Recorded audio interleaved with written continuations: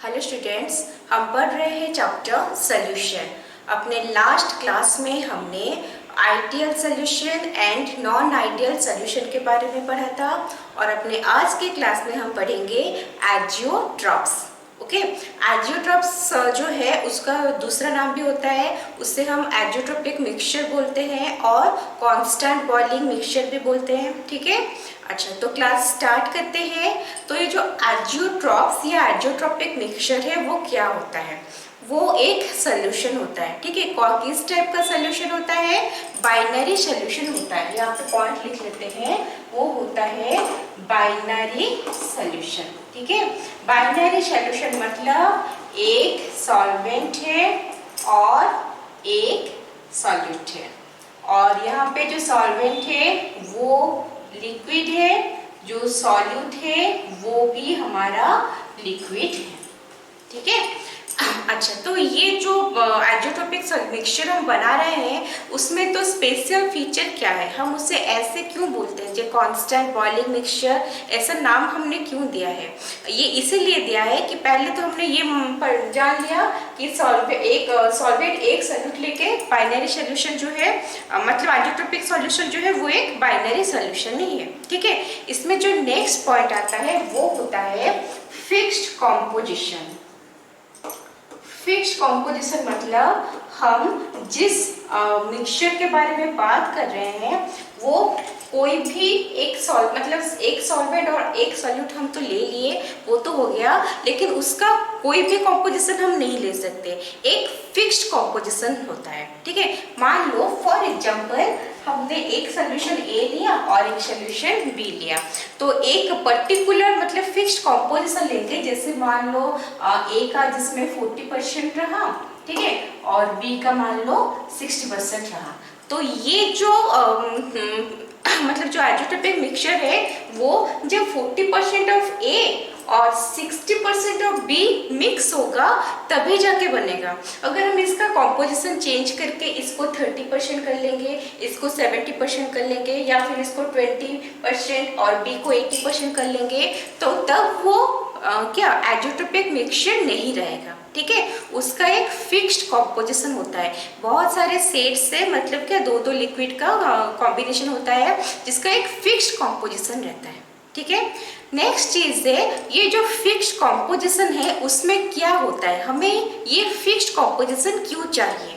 ये fixed composition में क्या होता है? They behave as a single molecule.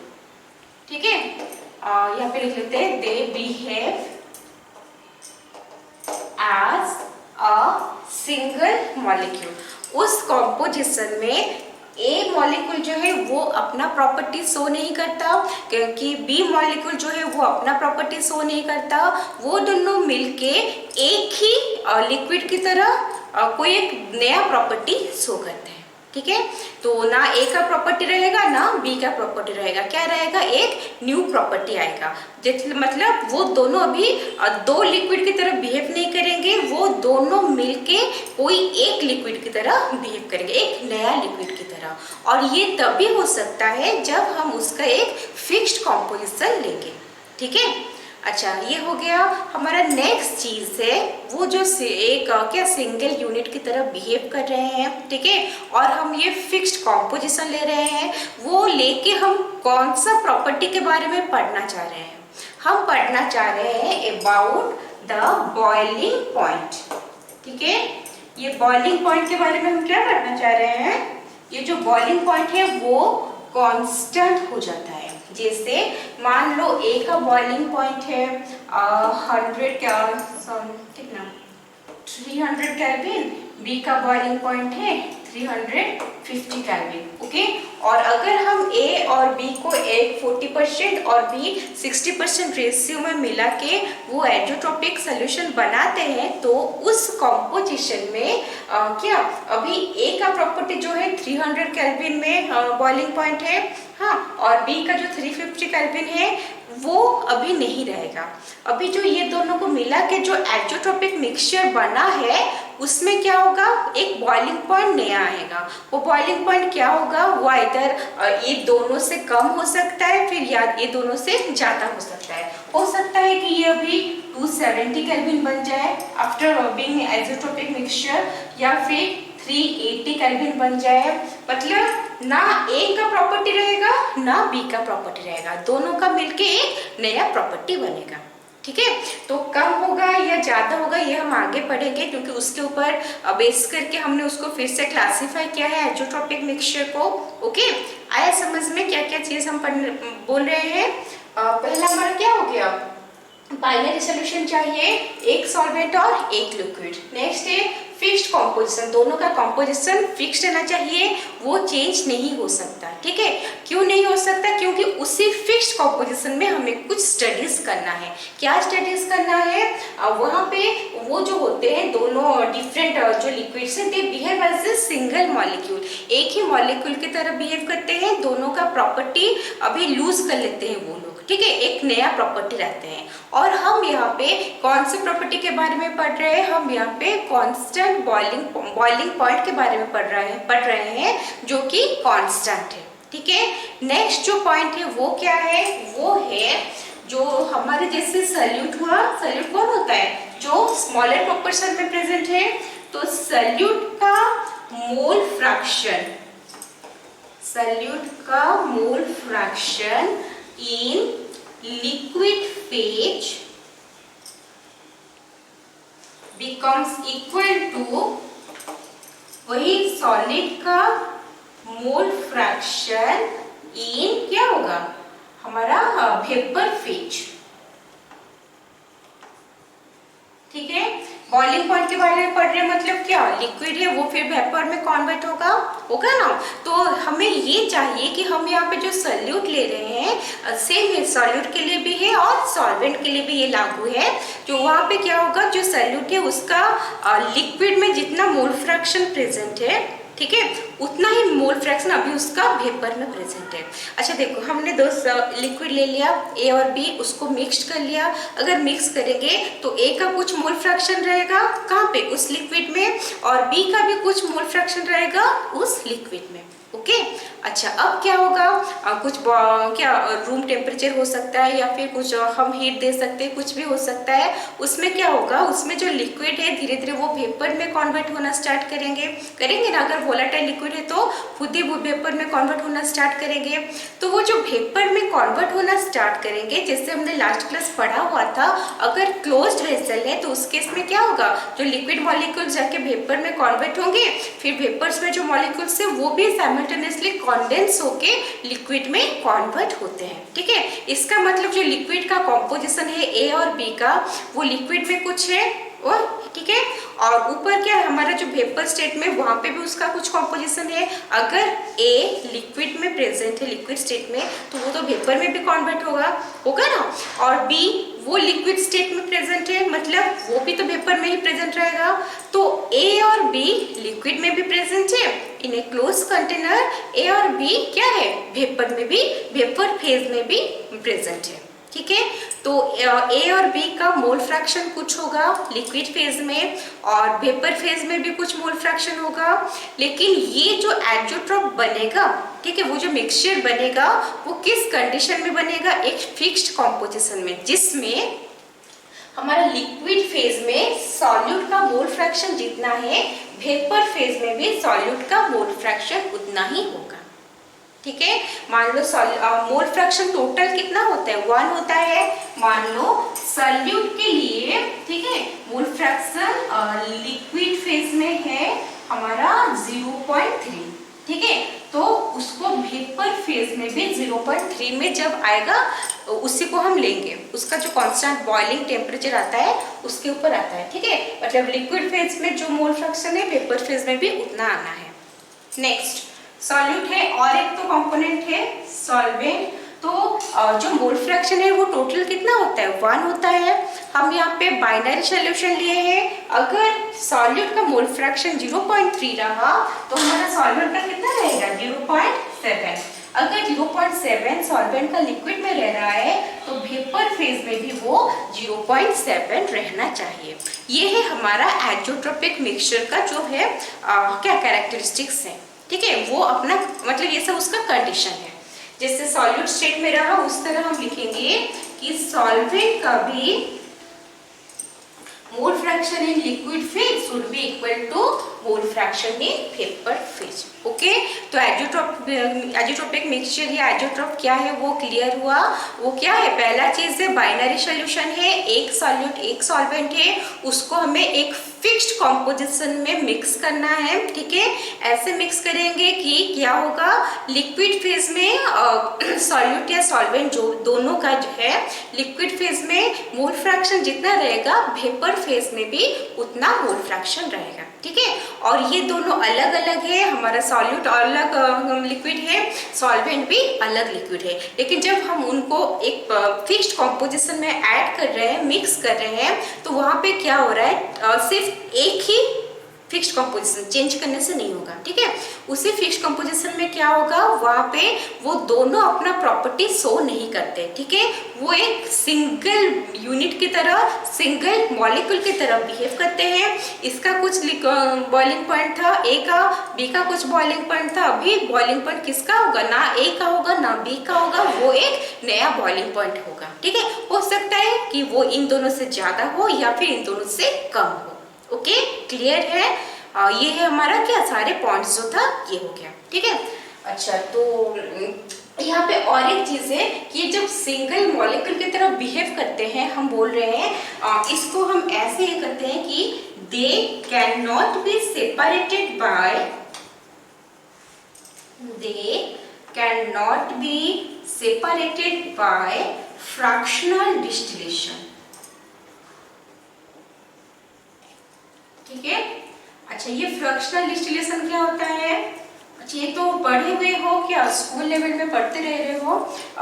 हम क्या, अगर दो तो लिक्विड हमारे पास प्रेजेंट है, मिक्स होके है, हमें दोनों को सेपरेट करना है, तो उसका बहुत सारे मेथड्स होते हैं। ओके, उनमें से एक मेथड है फ्रैक्शनल डिस्टिलेशन। इसमें क्या होता है, यहाँ पे एक फ्रैक्शनल कॉलम यूज होता है, और यहाँ पे हम कौन से बेसिस पे दोनों लिक्विड को सेपरेट करते हैं, on the basis of boiling point. अगर दोनों के बीच में कुछ बॉइलिंग पॉइंट का डिफरेंस है और वो मिक्सचर हमारे पास प्रेजेंट है, हम नीचे से बॉईल करेंगे। ठीक है, बॉईल होना स्टार्ट हुआ, जिसका बॉइलिंग पॉइंट कम है, मान लो ए का बॉइलिंग पॉइंट कम है, दो मिक्सचर लिए हैं, दो लिक्विड का ए एंड बी, मान लो कि ए का बॉइलिंग पॉइंट कम है, तो अभी पहले कौन हीट होगा ज्यादा, मतलब हीट तो दे लिए, पहले कौन बॉइलिंग करना स्टार्ट करेगा, ए बॉइलिंग करना स्टार्ट करेगा, तो वो वेपर में कन्वर्ट होगा। साइड में क्या है, एक कॉलम लगा हुआ होगा, एक पाइप जैसा, वहां पे जाके वो फाइनली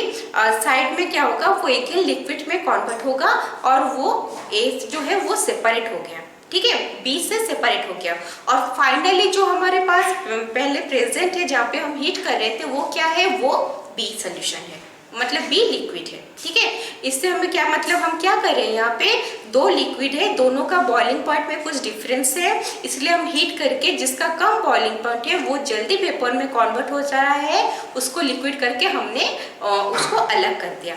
इस तरह हम दोनों को सेपरेट करते हैं। ठीक है, लेकिन यहाँ पे अगर एजोट्रोपिक मिक्सचर हम बना रहे हैं, उसका कॉम्पोजिशन ऐसा है कि वो दोनों सिंगल यूनिट की तरह बिहेव कर रहे हैं, उसका बॉइलिंग पॉइंट भी सेम हो जाता है। ठीक है, इससे क्या होता है कि अगर हम ट्राई भी करेंगे तो हम ए और बी को फ्रैक्शनल डिस्टिलेशन से हम क्या करते हैं, उसको सेपरेट नहीं कर सकते हैं।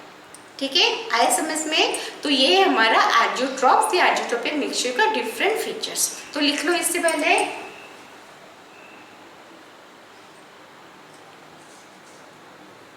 हो गया, मिटाते हैं।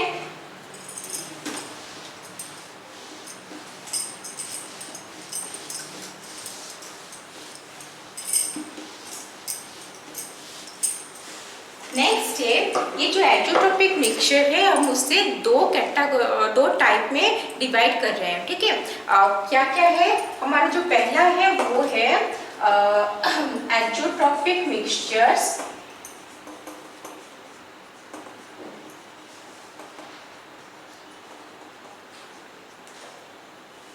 जिसका क्या है, minimum having minimum boiling point. ठीक है, और मिनिमम बॉइलिंग पॉइंट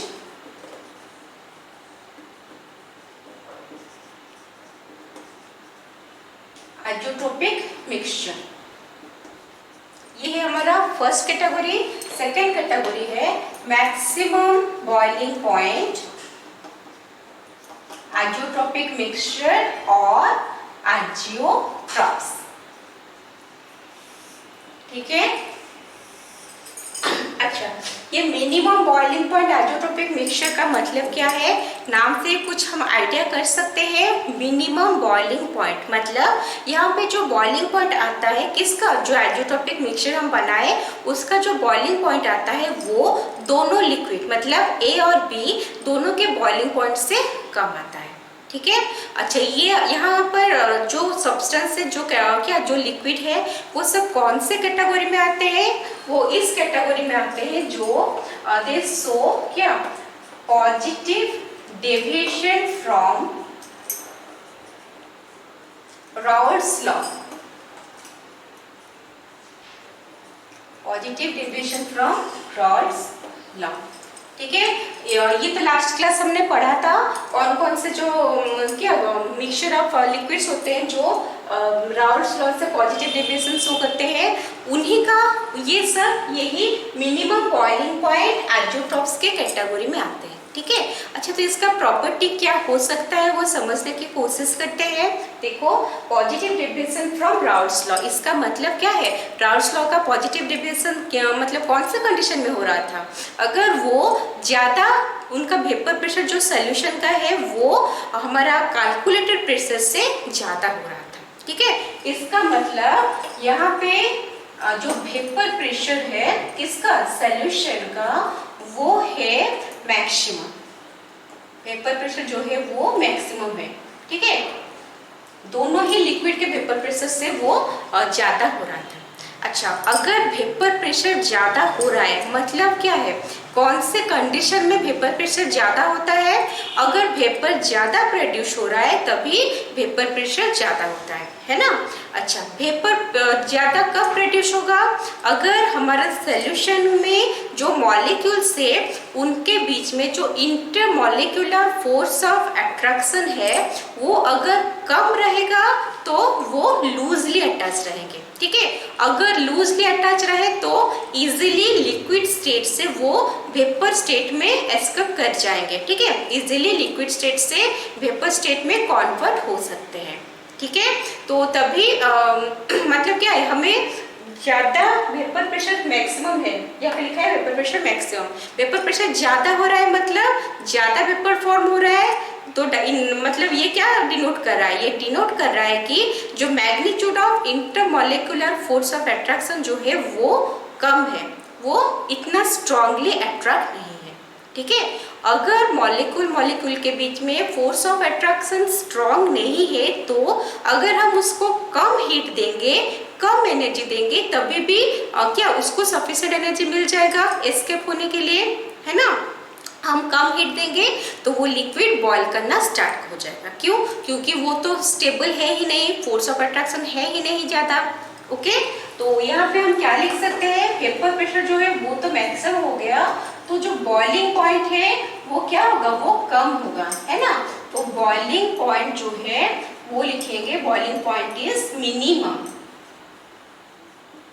ओके, दोनों लिक्विड जो लिए हैं ए और बी, ए का बॉइलिंग पॉइंट, बी का बॉइलिंग पॉइंट, दोनों के बॉइलिंग पॉइंट से सोल्यूशन का बॉइलिंग पॉइंट जो है वो कम रहेगा। ओके, आया समझ में? इतना कुछ ये क्या हार्ड चीज है नहीं ये वाला। ठीक है, हो गया यहाँ तक। नेक्स्ट हम देखते हैं मैक्सिमम बॉइलिंग पॉइंट आइजोट्रॉप्स। अच्छा, यहाँ पे कौन से लिक्विड आते हैं? यहाँ पे वो लिक्विड आते हैं जो राउल्ट्स लॉ से नेगेटिव डेविएशन शो करते हैं। लिख लेते हैं यहाँ पे, so negative deviation from Raoult's law. Okay, अच्छा, राउल्ट्स लॉ में नेगेटिव डेविएशन शो कर रहे हैं मतलब क्या है? मतलब नेगेटिव मतलब कर्व नीचे आ रहा है तो वेपर प्रेशर जो है सोल्यूशन का वो नॉर्मल मतलब कैलकुलेटेड वेपर प्रेशर से कम आ रहा है। ठीक है, इसका मतलब क्या है? जो वेपर प्रेशर है वो कम है। ठीक है, तो यहाँ पे हम लिखेंगे वेपर प्रेशर जो है वो मिनिमम है। इसका मतलब क्या है? जो दो ठो लिक्विड हम लिए हैं ए और बी। ये जो सोल्यूशन का वेपर प्रेशर है वो ए के नॉर्मल वेपर प्रेशर से कम है और बी के भी वेपर प्रेशर से कम है। ओके, नेक्स्ट चीज, वेपर प्रेशर कब कम होता है? जब कम वेपर प्रोड्यूस होगा।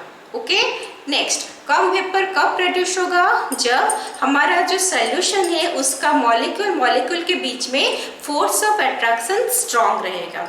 अगर मॉलिक्यूल के बीच में फोर्स ऑफ अट्रैक्शन सोल्यूशन में स्ट्रांग रहेगा तो वो उसको तोड़ के इजीली वेपर में कन्वर्ट नहीं हो सकते।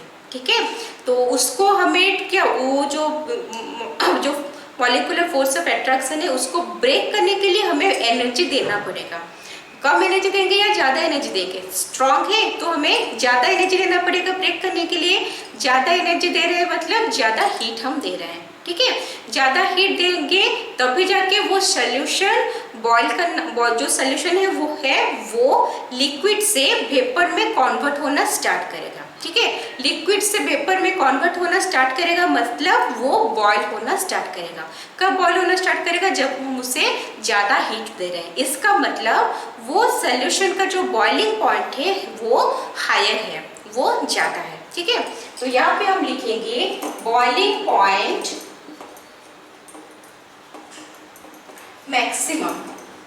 मैक्सिमम क्यों लिख रहे हैं? क्योंकि यहाँ पे जो हमने दो लिक्विड लेके बनाया है ये एज़ोट्रॉप, क्या ए और बी, ए का बॉइलिंग पॉइंट से भी सोल्यूशन का बॉइलिंग पॉइंट ज्यादा होगा और बी से भी वो ज्यादा होगा।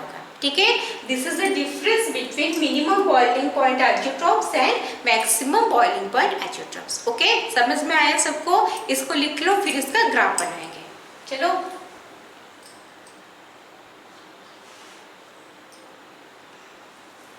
हो गया, मिटाते हैं।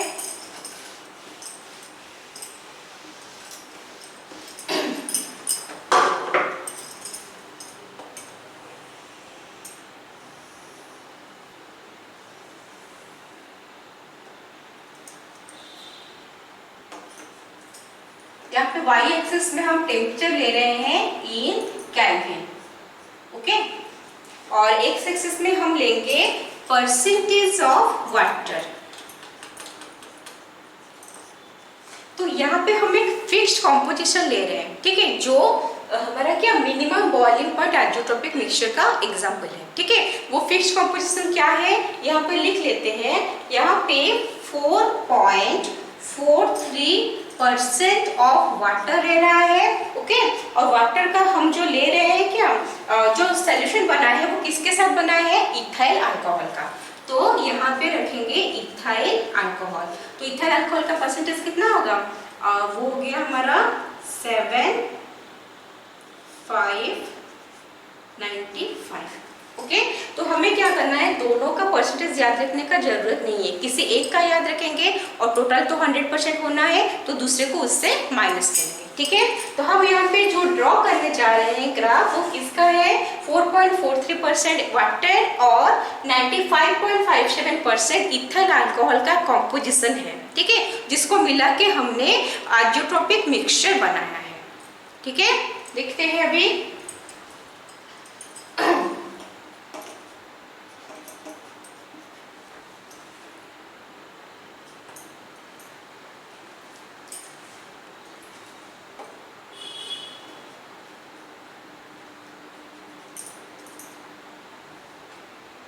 देखो, यहाँ पे हमने 373 केल्विन लिया है। वो क्या होता है? वो वाटर का बॉइलिंग पॉइंट होता है। ठीक है, और यहाँ पे लिया है 351.3 केल्विन। वो क्या होता है? वो इथाइल अल्कोहल का बॉइलिंग पॉइंट होता है। ठीक है, नेक्स्ट,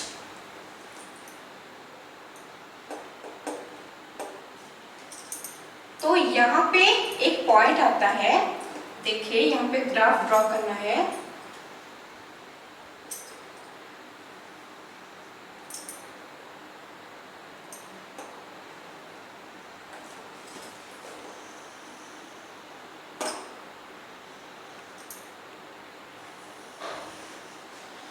ऐसे ग्राफ होता है। ठीक है, ये ग्राफ किस चीज का ग्राफ है?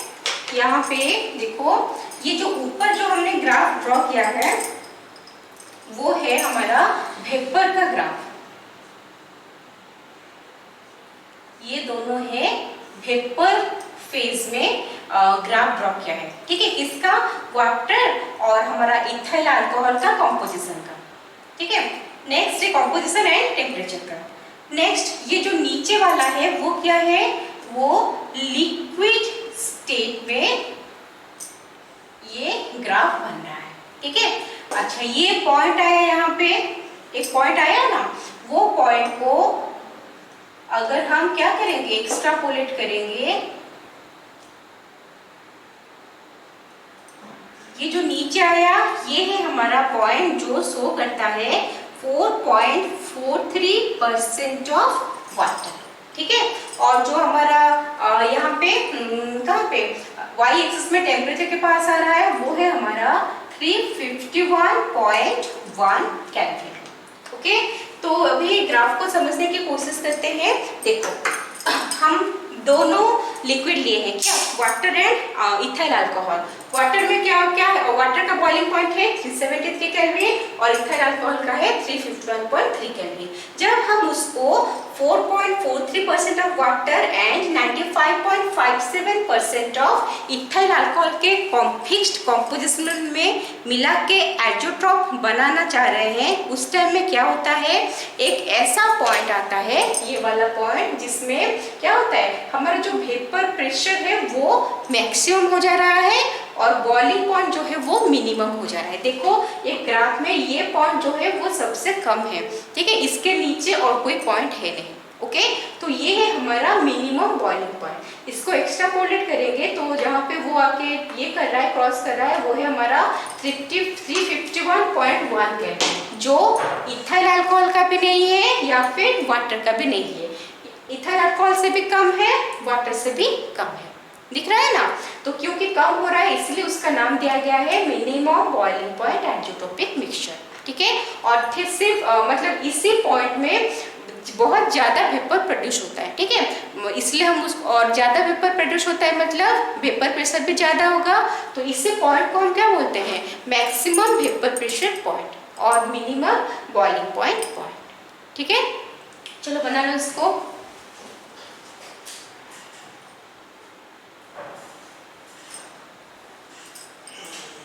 हो गया? नेक्स्ट अभी मैक्सिमम बॉइलिंग पॉइंट का बनाएंगे।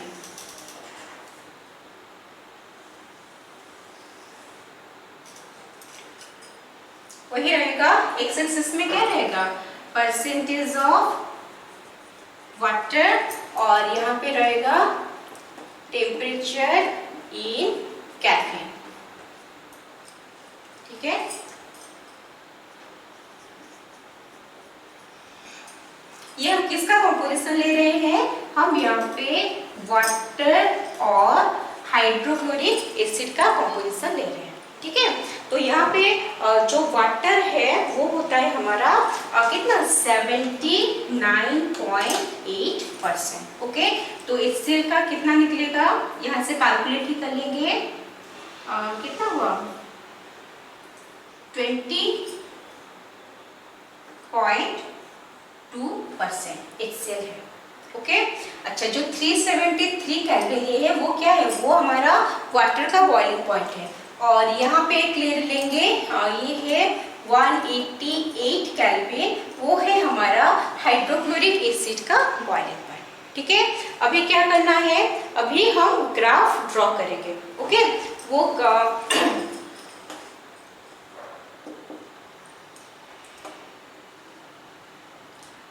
यहाँ पे टॉर्च होगा और यहाँ पे टॉर्च होगा।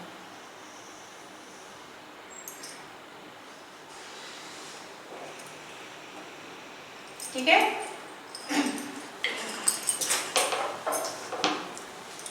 ये वाला जो पॉइंट है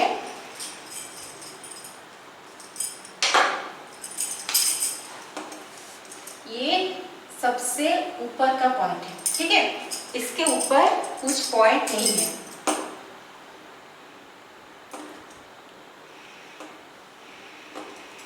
ये पॉइंट को अगर हम एक्स्ट्रापोलेट करेंगे एक्स एक्सिस में, वो जहां पे इंटरसेक्ट करेगा वो क्या है? वाटर का परसेंटेज ऑफ वाटर हम लिए हैं एक्स एक्सिस पे कितना है वो 79.8%। ओके, और इसको अगर वाई एक्सिस की तरफ ये करेंगे तो ये यहाँ पे जो इंटरसेक्ट कर रहा है वो पॉइंट है हमारा 383 केल्विन। ओके, और जैसे ये हमारा ऊपर का है वो क्या है, वो है हमारा वेपर फेज में ग्राफ, और जो नीचे है वो है हमारा लिक्विड फेज में ग्राफ। ठीक है, अच्छा अभी समझने की कोशिश करते हैं। हमने अभी यहाँ पे maximum boiling point isotropic mixture बनाने का कोशिश किया है। ठीक है, फिक्स्ड कॉम्पोजिशन लिया है। फिक्स्ड कॉम्पोजिशन क्या है, फिक्स्ड कॉम्पोजिशन है 79.8% वाटर एंड 20.2% हाइड्रोक्लोरिक एसिड। दोनों को जब हम ऐड कर रहे हैं क्या हो रहा है, वाटर का बॉइलिंग पॉइंट कितना है 373 केल्विन और हाइड्रोक्लोरिक एसिड का 188 केल्विन। नाम ही देखो मैक्सिमम बॉइलिंग पॉइंट है, मतलब क्या हो रहा है, जो सोल्यूशन बनेगा उसका बॉइलिंग पॉइंट जो है वो इन दोनों से ज्यादा होगा। ठीक है, तो ये जो पॉइंट आया ग्राफ में, ये सारा एक्सपेरिमेंटल वैल्यू से ये ग्राफ हम बना है। ठीक है, और उसके बाद जो निकला है उसको हम एनालाइज कर रहे हैं। तो यहाँ पे जो पॉइंट आया वो ग्राफ के बाद बनाने के बाद उसको जब हम एक्सट्रापोलेट करें वो आपके 383 केल्विन में टच हो रहा है। ठीक है, 383 केल्विन क्या है, वो जो हमारा एजोट्रोपिक मिक्सचर बना है उसका बॉइलिंग पॉइंट है, जो कि दोनों के बॉइलिंग पॉइंट से ज्यादा है। तो इसलिए हम उसको क्या कर रहे हैं, मैक्सिमम बॉइलिंग पॉइंट एजोट्रोप। ओके, और उस बॉइलिंग पॉइंट, वो जो टेम्परेचर है उस पॉइंट में क्या होगा, हमारा जो वेपर प्रेशर है वो मिनिमम होगा। क्यों, क्योंकि बॉइलिंग पॉइंट बहुत ज़्यादा है। ठीक है, और उतना हीट देने के लिए जब देंगे तो क्या होगा, तो उससे जो हमारा लिक्विड जितना अमाउंट में वेपर में कन्वर्ट होता है यूजुअली, वो उतना अमाउंट में कन्वर्ट नहीं हो पाएगा। क्या होगा, लेस वेपर फॉर्म होगा। तो इस पॉइंट में हमारा जो वेपर प्रेशर है वो मिनिमम रहेगा। ओके, तो यही है मैक्सिमम बॉइलिंग पॉइंट और मिनिमम वेपर प्रेशर का पॉइंट। आया समझ में, लिख लो इसको।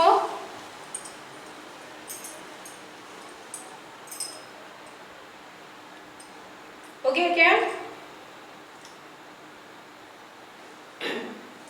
अभी कुछ और एग्जांपल्स लिखते हैं।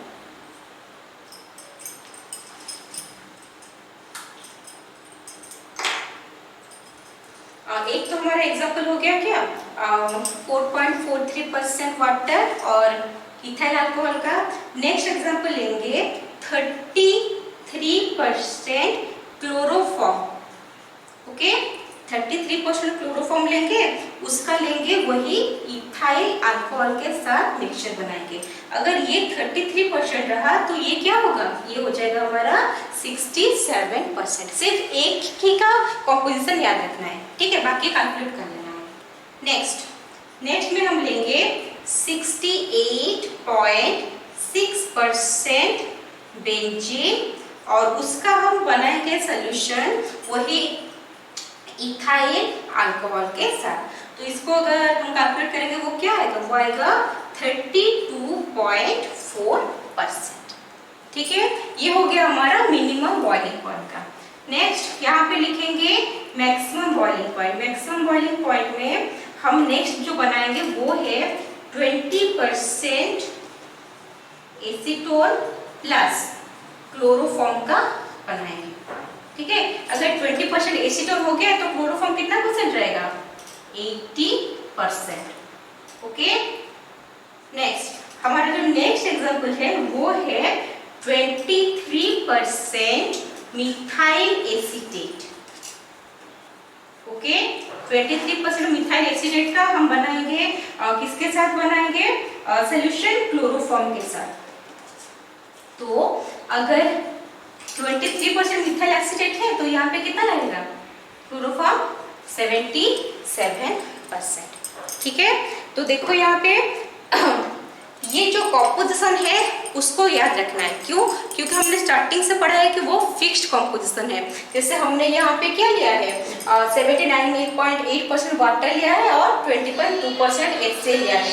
अगर हम वो दोनों का कॉम्पोजिशन चेंज कर लेंगे तो अभी वो एजोट्रोपिक मिक्सचर नहीं रहेगा, वो उसका प्रॉपर्टी जो है वो चेंज हो जाएगा। ठीक है ना।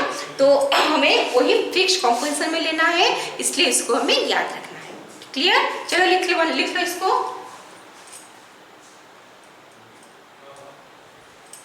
हो गया? तो यहाँ पे हमारा जो एजोट्रॉपिक मिक्सचर या एजोट्रॉप था वो खत्म होता है। ठीक है, तो आज का क्लास ये खत्म करते हैं। अपने नेक्स्ट क्लास में हम कुछ एक नया चीज पढ़ेंगे इन द चैप्टर सॉल्यूशन। तब तक अच्छे से माइंडफुली पढ़ाई करते रहो। ओके।